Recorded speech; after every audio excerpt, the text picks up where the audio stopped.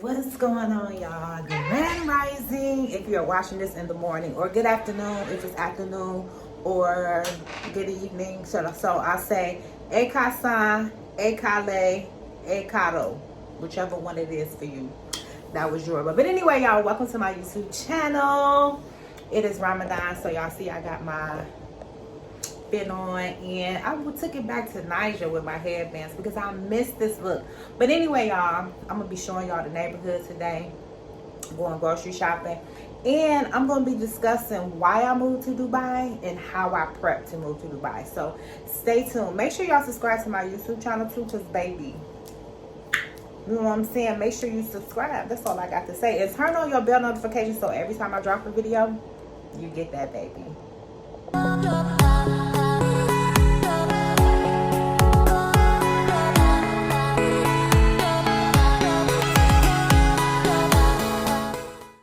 So I'm doing what I do, starting my mornings with making money. I am destined to become a wealthy day trader. So every single day I wake up, study the market, get into the charts, and I'm waiting for it to come down to here. Like yesterday, I caught this buy up because I knew it was gonna fill those fair value gaps. Shout out to ICT. Well, this was a fair value gap here that it filled up. You can't see it because I'm on the 4 hour. Let me show you what I'm talking about. So I know it was gonna fill this gap up here. Go back down to the 15 minute.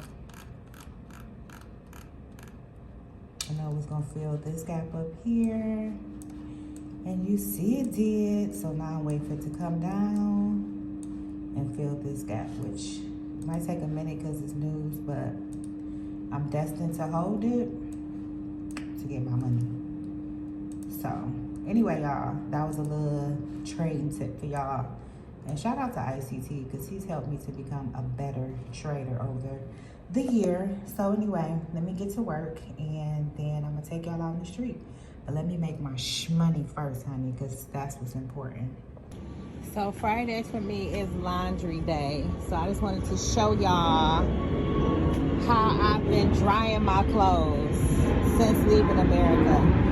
I only had a dryer in one of my places. Every other time, I'm drying my clothes outside. But the good part is in Dubai, I put these clothes out here maybe about 2 hours ago, and they're completely dry right now.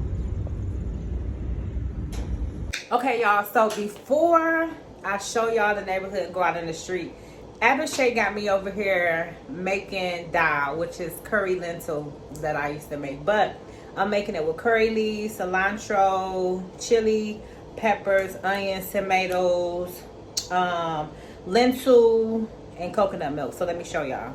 So this is the curry leaves. This is everything I'm making. This will be my first time making it, y'all. So let's see how it tastes. Hopefully it's Indian man approved. Okay, so I'm about to saute the curry leaves. Okay, so I have added the coconut milk, the lentils, a chili, a couple chili peppers, and some Himalayan pink salt. So now I am going to turn this down to simmer and just let this cook till the lentils get soft. And then I'm gonna add the onions, tomatoes, and cilantro, and then it'll be done. So y'all, look at this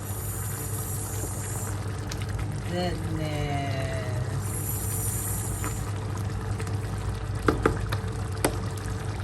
So now it's time for me to add the cilantro, and if you know me, you know I love cilantro because I love Mexican food. And Mexican food has cilantro, and I just found out that Indian food has a lot of cilantro in it too. And to go with my Indian food, I got some prata. If you never had prata, you have no idea what you're missing, boo. Y'all, this is how I feel when my food get ready.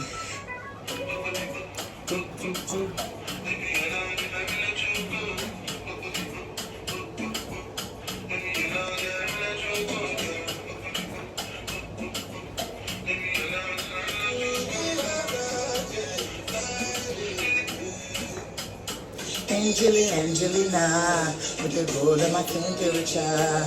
If you come, I will come to the fire. Look at this freaking goodness, y'all. And it tastes even better than it looks. So I have plated the rice. And voila. It is done, hun. So y'all, what's going on? I know I said that I was going to take y'all outside and show y'all my neighborhood, but I'm going to have to do that tomorrow because, listen, I have gotten up, did laundry, day traded, made some money, and cooked and ate, and y'all seen that plate. So I am tired. I'm about to lay in the bed, watch documentaries, and just enjoy my night. But before I go to bed, I definitely have to tell y'all, because I told y'all this video I would be explaining why and how I chose to come to Dubai and what it took for me to relocate and to prepare for Dubai. So I'm gonna be honest with y'all.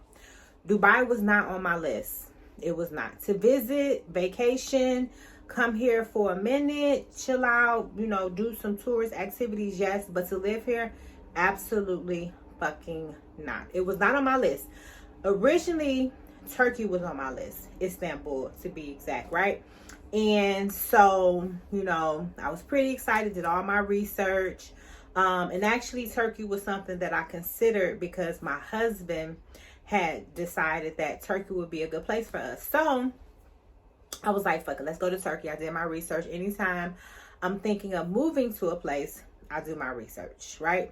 And so I did my research, and then he brought up Dubai. So I started doing my research for Dubai. Let's see. But Turkey wasn't originally on my list because Turkey cost of living is cheaper. The apartments are cheaper. I can smoke weed. You know, it's a lot of other things that I can do in Turkey that you cannot do in Dubai. So I did the process, did the paperwork. I had got my visa because for me, I only needed the e-visa, which costs $50 that you can purchase online. So I got my visa, did everything I needed to do, and then we applied for his visa. He got denied, basically. He got denied. And so that canceled my plans, my motives, my anticipation, my just like curiosity of moving to Turkey. Because at this point, I was really ready to go. They have cheap plastic surgery. I could get my lip fillers for cheap. Like everything that I normally would do in the United States, I could get it for 75% cheaper. So I was like kind of bummed that he got denied because, you know, Nigerians cannot travel to these countries like Americans can travel or like Europeans can travel or like the British can travel. They have to get a visa for every fucking thing. Now, granted, Americans do have to get visas. Like I had to get a visa to go to Nigeria, right? I had to get an e-visa to go to Turkey, but it was not as strenuous, and the chances of me getting denied is next to none. So his ass got denied, and so we had to make an alternative plan. So I was like, well, really, it was his idea to leave Nigeria. I was fine. I was ready to create businesses. I was ready to, you know, just create my life in Nigeria. And I had dreams of living on Banana Island or Victoria Island, you know, moving out of IB to Lekki Phase 1 to then Victoria Island. But he had plans, unbeknownst to me, to leave Nigeria, right? Which most Nigerian men do, but that's a whole nother conversation. Make sure y'all go to my TikTok because I talk about it. And also I'm doing a live tomorrow on TikTok with Nigerian men, and we're going to really get into it. But he wanted to leave Nigeria. And me being a good wife, me being a subservient wife, me being an obeying wife, I was like, okay, you want to leave Nigeria? We can leave Nigeria and let's find out the next place. So because he got denied for Turkey, I was like, okay, Dubai is next. And Dubai seemed like it was, you know, a cool place.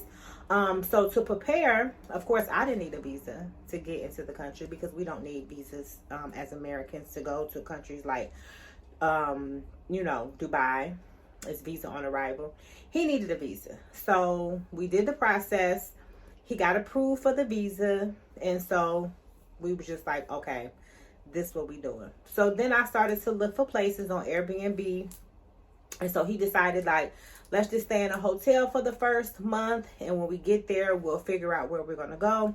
And so we went on bookings.com and we got a hotel at the Rove Hotel, and we stayed there for a month.